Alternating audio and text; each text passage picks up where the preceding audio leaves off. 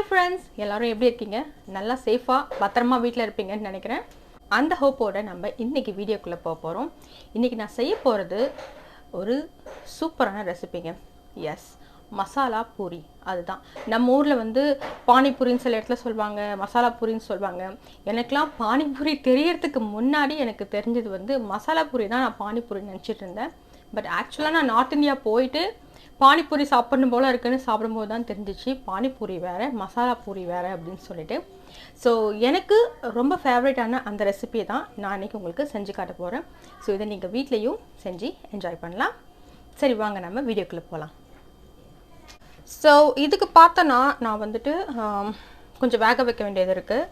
அது என்னென்னா 2 உருளைக்கிழங்கு எடுத்திருக்கேன் தோல் சீவிட்டு. அது கூட வந்து பட்டாணி வந்து நான் எடுத்துருக்கிற அளவு வந்து 1.25 கிட்டத்தட்ட எடுத்துருக்கேன். ஏன்னா எங்கள் வீட்டில் எல்லாருக்குமே பட்டாணி ரொம்ப பிடிக்கும். ஸோ பட்டாணி நீங்கள் எவ்வளோ பிடிக்குமோ அவ்வளோ பட்டாணி போட்டுக்கலாம். பட் உருளைக்கிழங்கு 2 தான் போட்டிருக்கேன். ஏன்னா நம்ம கிரேவி வந்து கொஞ்சம் தண்ணியாக தான் வைக்க போகிறோம். இதில் வந்துட்டு கொஞ்சமாக மஞ்சள் தூள் போட்டுக்கலாம். அவ்வளோதான். ஓகே, ஸோ நான் இன்றைக்கி வந்து இதை இன்ஸ்டன்ட் பாட்டில் தான் செய்ய போகிறேன். அட்லீஸ்ட் இந்த வேக வைக்கிற பாட் வந்துட்டு இன்ஸ்டன்ட் பாட் வந்து ரொம்ப ஈஸி டு குக். நான் வாங்குறதுக்கு முன்னாடி பல தடவை யோசனை பண்ணேன் செட் ஆகுமா ஆகாதான்னு சொல்லிட்டு. பட் இப்போ யூஸ் பண்ணதுக்கப்புறம் ரொம்பவே ஈஸியாக இருக்குது. இது வந்து இட்ஸ் வெரி சிம்பிள். நம்மளோட எலக்ட்ரிக் குக்கரையும் ப்ரெஷர் குக்கரையும் அப்படியே ரெண்டுத்தையும் கலந்து ஒரு ஹைப்ரிட் வெரைட்டியில் கொடுத்தா எப்படி இருக்கும். ஸோ அதுதான் வந்து இன்ஸ்டன்ட் பாட். இதை பார்த்தோன்னா சத்தமே வராது. நம்ம வந்து விசில் சவுண்ட் வரவே வராது. இங்கே பார்த்தோன்னா இந்த விசில் இருக்குது பாருங்கள், வெயிட்டு. ஸோ அந்த வெயிட் வந்துட்டு நமக்கு சத்தமே வராது, நம்ம ப்ரெஷர் குக்கரில் வர மாதிரி. அண்ட் வெளியிலேயே உங்களுக்கு பெருசாக அடிக்காது. இதில் பார்த்தோன்னா நமக்கு டைமர் இருக்கும், அதுக்கப்புறம் வார்ம் மோடுக்கு ஆட்டோமேட்டிக்காக போய்டும். ஸோ நம்ம அதை பற்றி பயப்பட தேவையில்லை, ஜஸ்ட் லைக் நம்மளோட எலக்ட்ரிக் குக்கர். ஸோ இதில் நான் வந்துட்டு ப்ரெஷர் குக்கர் மோடில் செட் பண்ண போகிறேன். அண்ட் கஸ்டம்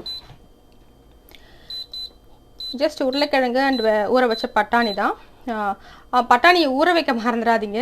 நான் வந்து ஒரு 5 hours ஊற வச்சுருப்பேன் நினைக்கிறேன். 4 to 5 hours ஊற வச்சுருப்பேன். அண்ட் பச்சை பட்டாணி ரொம்ப நேரம் ஆகாது ஊற வைக்கிறதுக்கு.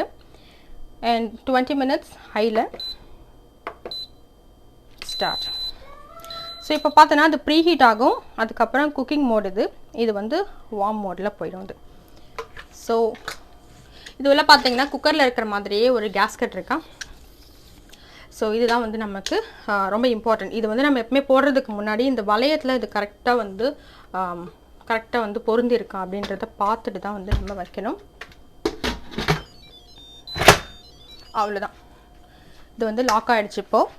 So let it cook. நான் வந்து உங்களை 20 minutesக்கு அப்புறம் பார்க்குறேன். ஆல்ரைட் ஃப்ரெண்ட்ஸ், இப்போ 20 நிமிஷம் ஆயிடுச்சு. ஸோ ஆனதுக்கப்புறம் இதில் வந்து வார்ம் மோட் நான் போகவில்லை, நான் வந்து அதை ஆஃப் பண்ணிட்டேன். ஆஃப் பண்ணதுக்கப்புறம் இங்கே பார்த்தீங்கன்னா தெரியும், இங்கே வந்து ஒரு பிங்க் கலரில் ஒரு வால்வ் இருக்குல்ல, அதுதான் வந்து ப்ரெஷர் வால்வ். ஸோ அந்த வால்வ் வந்து உள்ளே இருக்க ப்ரெஷர் இருக்கும்போது வெளியில் இருக்கும், ஜஸ்ட் லைக் நம்ம ப்ரெஷர் குக்கரில் இருக்கிற மாதிரி.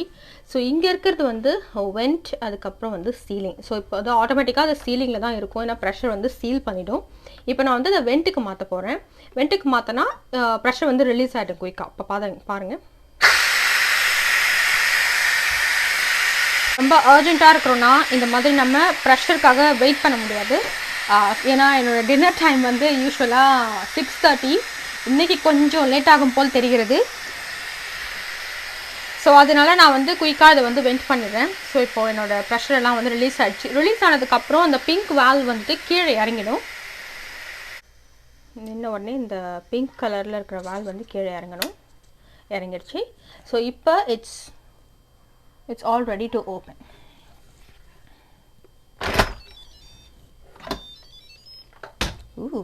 நல்லா இருக்கே, சூப்பராக வெந்துடுச்சு. அண்ட் பட்டாணிலாம் நமக்கு தேவையான கன்சிஸ்டன்சியில் இருக்குது.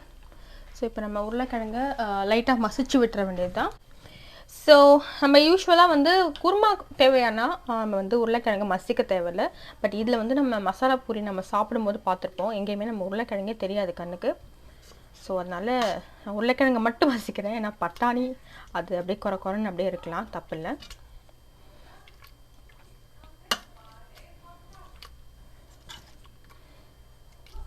ஜஸ்ட் உருளைக்கிழங்கு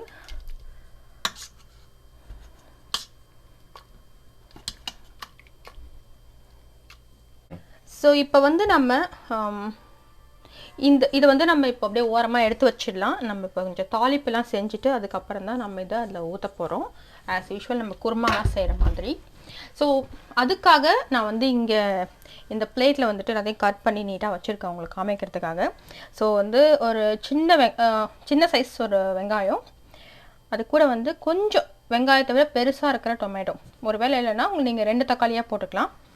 அது கூட வந்துட்டு பச்சை மிளகா, ஒரு 2லேருந்து 3 பச்சை மிளகா காரத்துக்கு ஏற்ற மாதிரி, அண்ட் கொஞ்சமாக இஞ்சி அண்ட் கொஞ்சமாக பூண்டு. அது கூட வந்து பார்த்திங்கன்னா தெரியும், ஒரு எண்ணெய் இந்த மாதிரி வந்து ஒரு 4 கொத்தமல்லி தழை வச்சுருக்கேன். அதுக்கப்புறம் இது பார்த்திங்கன்னா பட்டை குட்டியாக ஒரு சின்ன துண்டு, அண்ட் இது வந்து லவங்கம் ஆர் க்ளவுஸ். ஸோ அது வந்து ஒரு 2லேருந்து 3 எடுத்துக்கோங்க. அண்ட் இது வந்து மிளகு வந்து எண்ணெய் ஒரு 9-10 எடுத்துக்கோங்க போதும். ஸோ அது இல்லாமல் நான் வந்து இங்கே காஷ்மீரி சில்லியில் ரெட் சில்லி பவுடர், அதாவது பட்டை மிளகாத்தூள், அது கூட வந்து கரம் மசாலா. ஸோ இது வந்து கரம் மசாலா வந்து நான் 1 டீஸ்பூன் எடுத்திருக்கேன். அண்ட் ரெட் சில்லி பவுடர் வந்து 1 டீஸ்பூனுக்கு கொஞ்சம் கம்மியாக எடுத்துக்கேன். ஏன்னா எவ்வளோ காரம் இருக்குன்னு தெரியல இந்த மிளகா, அதனால தான். ஸோ இப்போ நம்ம தாளிச்சிடலாம்.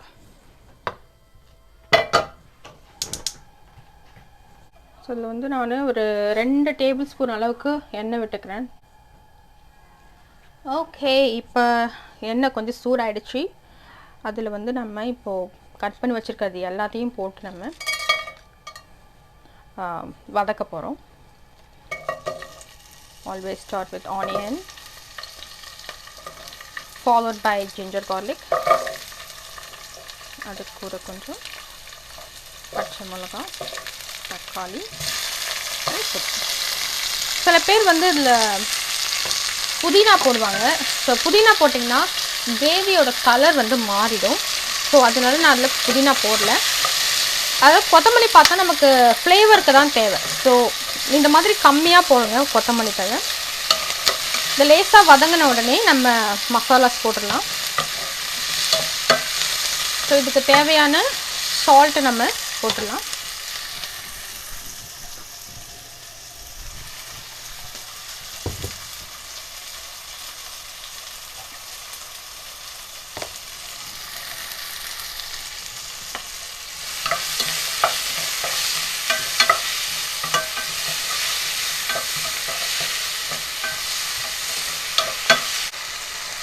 ஓகே, இப்போ ஒரு பாதி அளவுக்கு வதங்கிடுச்சு.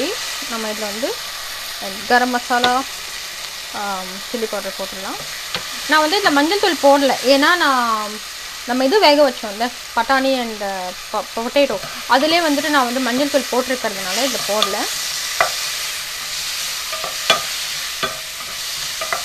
That's it. இந்த சூட்டிலே வந்து இந்த மசாலா வெந்துடும். ஸோ நான் வந்து ஸ்டவ் ஆஃப் பண்ணிடுறேன் இப்போது. ஸோ அது அப்படியே இருக்கட்டும். சூடு ஆறுனதுக்கப்புறம் அரைச்சிட்டு நான் உங்களுக்கு காமிக்கிறேன். ஸோ இதை வந்து பேஸ்ட் மாதிரி அரைக்கணும். இதை தண்ணி விடாமல் அரைக்கிறது பெட்டர். ஏன்னா நம்ம தக்காளியில் ஜூஸ் இருக்கிறதுனால நம்ம சட்னி பழத்துக்கு அதை அரைச்சாலே போதும். ஓகே, இப்போ நான் பேஸ்ட்டாக வந்து அரைச்சிட்டேன் இதை. ஸோ நான் அடுப்பை பற்ற வைக்கிறதுக்கு முன்னாடி நான் அதில் ஃபஸ்ட்டு போட்டுடுறேன்.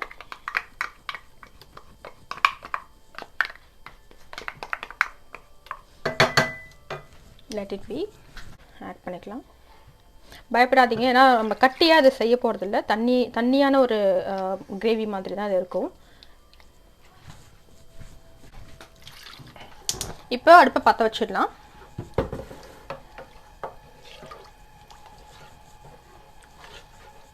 ஓகே, ஸோ இப்போ நான் ஏற்கனவே இதில் காரம் எல்லாமே வந்து சேர்த்ததுனால இப்போ இந்த ஸ்டேஜில் வந்து நீங்கள் எந்த பவுடர்லாம் ஆட் பண்ண தேவையில்லை. ஸோ இது ஒரு கொதி வந்ததுக்கப்புறம் நம்ம வந்து வேக வச்சுருக்கிற பட்டாணி அண்ட் பொட்டேட்டோவோட மசாலா கிரேவியை நம்ம வந்து ஆட் பண்ண போகிறோம். அதில்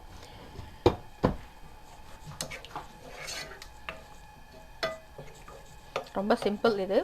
ஆக்சுவலாக இந்த ரெசிபிக்கு பின்னாடி வந்து ஒரு ஸ்டோரி இருக்குது. அது என்னென்னா, நாங்களாம் சின்ன வயசாக இருக்கும்போது ஆனுவல் லீவுக்கு எங்கள் தாத்தா பாட்டி வீட்டுக்கெலாம் போவோம். ஸோ எங்கள் கசின்ஸோடலாம் சேர்ந்து நாங்கள் பின்னாடி தோட்டத்தில் வந்து உட்காந்து இந்த மாதிரி வீட்டிலே வந்து மசாலா பூரி பண்ணி தருவாங்க. அப்போ இதுக்கு பேர் மசாலா பூரின்னு தெரியாது எனக்கு, பானிபூரி நினச்சி தான் சாப்பிடுவேன் நான்.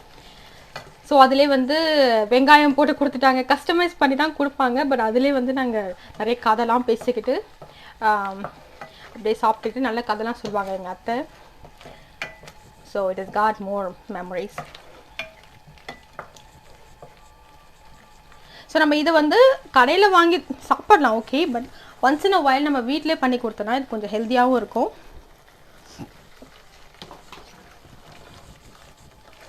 அண்ட் வீட்டில் இருக்கிறவங்களாம் வீட்டில் கடை வைக்கிற அளவுக்கு உனக்கு சமைக்க தெரியுமா அப்படின்ற மாதிரிலாம் பசங்களாம் வந்து ரொம்ப இன்ட்ரெஸ்டிங்காக பார்ப்பாங்க. ஸோ எனிவேஸ் நான் உங்ககிட்ட பேசிக்கிட்டே இதை ஊற்றிட்டேன். ஓகே. ஸோ இதை நம்ம கருவேப்பிலை போடவே கூடாது, ஏன்னா இது வந்து ஒரு இன்ஸ்பயர்ட் ஃப்ரம் நார்த் இந்தியா ரெசிபின்றதுனால யூஸ்வலாக கருவேப்பிலை போட்டால் ஸ்மெல் வந்து கொஞ்சம் மாறிடும். அந்த கொத்தமல்லி தழையோட அந்த ஃப்ளேவர்லேயே வந்து இதை கொண்டு போகணும் நம்ம. ஸோ இப்போ பார்த்தீங்கன்னா ஒரு குருமா மாதிரி இருக்குல்ல, இதை வந்துட்டு ஒரு கொதி விட்டு நீங்கள் அப்படியே குருமாவாக சாப்பிட்லாம். Idli dosa, I like kurma with idli dosa. எத்தனை பேருக்கு பிடிக்கும்னு தெரியல. எனக்கு இட்லி தோசையோட குருமா, மீன் குழம்பு எல்லாமே பிடிக்கும் கம்பேர்ட் டு சப்பாத்தி. ஃப்ரெண்ட்ஸ், இப்போ இது ஒரு 5 மினிட்ஸாக கொதிச்சிட்ருக்கு. நான் இன்னும் கொஞ்சம் தண்ணி விட்டு கொதிக்க வச்சுருக்கேன், ஏன்னா வந்து நமக்கு இது திக்காக தேவையில்லை.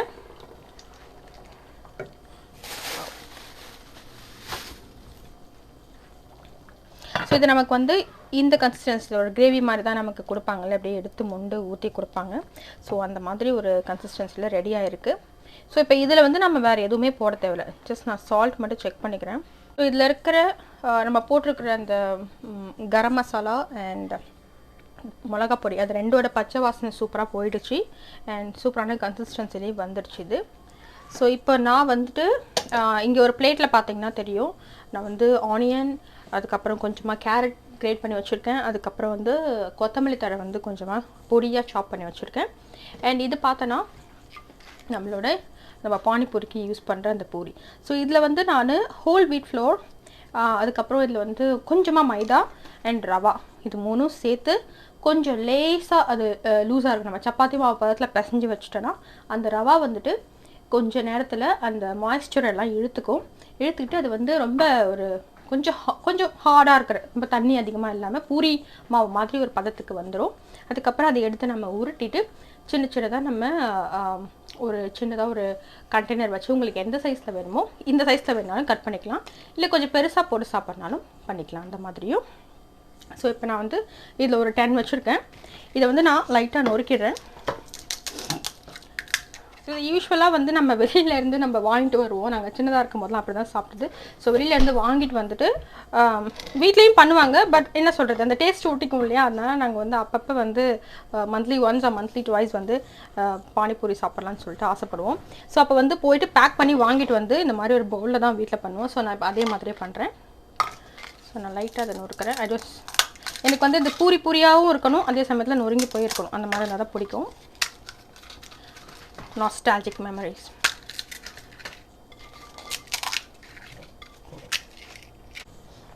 சரி, நான் இப்போ போட்டுட்டு இதுக்கு மேலே வந்து ஓகே, இப்போ நம்ம ஒரு பானிபூரி வாலா, மசாலா பூரி வாலாவாக ஆக போகிறோம்.